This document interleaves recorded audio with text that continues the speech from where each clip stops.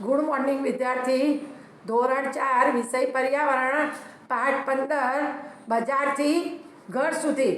હવે આ પાઠ હું તમને વાંચીને સંભળાવું છું, તો સમજવાનું છે અને એના સવાલ જવાબ પણ હું વાંચીશ, એ પણ તમારે સાંભળવાના છે અને નોટમાં લખવાના છે. વનસ્પતિ આપણને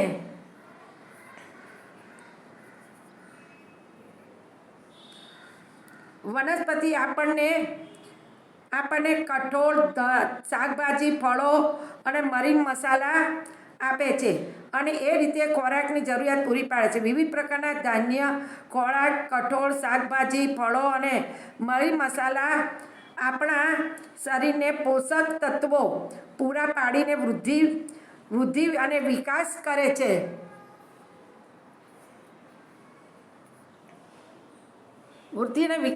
ખોરાકના વિવિધ પ્રકારની શાકભાજીનું ખૂબ મહત્વ છે. શાકભાજીથી આપણને વિવિધ પ્રકારના વિટામિન અને ખનિજ તત્વો મળે છે, જે આપણા શરીરના બંધારણમાં ખૂબ જ અગત્યનો ભાગ ભજવે છે. આપણે જુદા જુદા પ્રકારની શાકભાજીનો ખોરાકમાં ઉપયોગ કરીએ છીએ, જેવી કે બટાટા, રીંગણ, દૂધી, કારેલા, ભીંડા, કોબીજ, ફુલેવર, વાલોળ, પાપડી, ગુવાર, સરગવાની શીંગો, ડુંગળી, બીટ, મૂળા, ગાજર, ટામેટાં, પાલક, મેથી, તુરિયા, આદુ, સુરણ, કાકડી વગેરે. વિવિધ ફળોમાંથી પણ આપણને શરીરમાં ઉપયોગી વિટામિન, ખનિજો મળે છે. આપણે ખોરાકમાં વિવિધ જાતના ફળો પણ લઈએ છીએ. સફરજન, ચીકુ, કેળા, અનાનસ, દ્રાક્ષ, નાશપતી, જામફળ, સીતાફળ, દાડમ, પપૈયા, તરબૂચ, શક્કરટેટી, જાંબુ, બોર, રાયણ, સંતરા અને નારંગી. હવે ફળો અને શાકભાજી વાડી, ખેતર, શાળા કે ઘર કે અન્ય જગ્યાએ ઉગાડી શકાય છે. કેટલાક લોકો પોતાના ઘરની આજુબાજુ ઋતુ પ્રમાણેના ફળો અને શાકભાજી ઉગાડીને ખોરાકમાં ઉપયોગ કરે છે.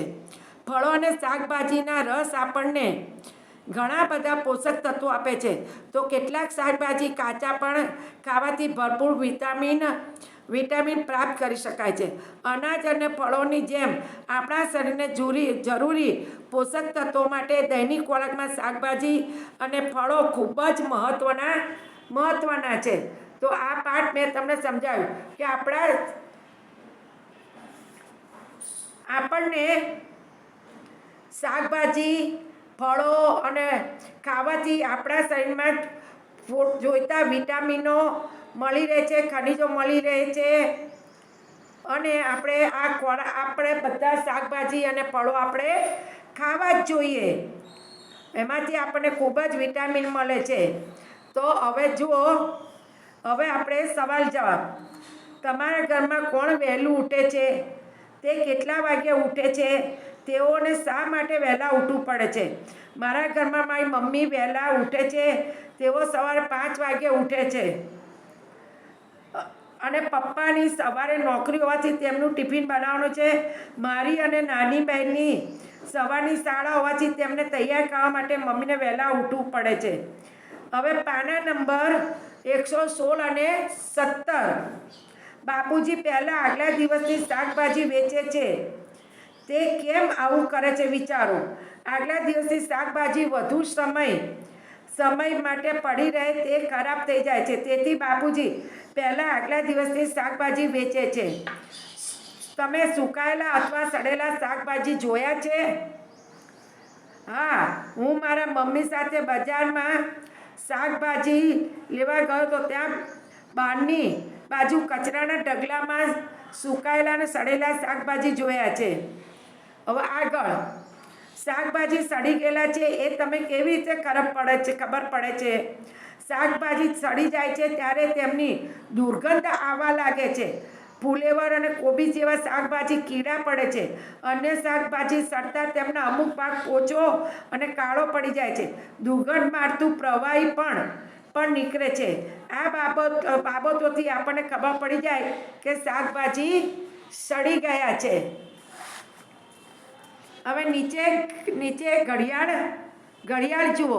આ ઘડિયાળમાં જે સમય બતાવે છે એ સમયે તમે શું કરો છો તે વૈશાલી શું કરો છો અને વૈશાલી શું કરે છે તે લખો. જો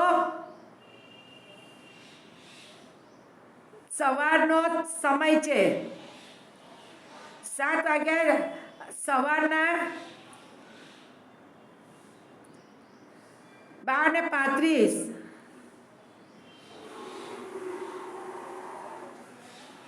અને 10 વાગ્યાનો સમય. તો જુઓ ઉત્તર.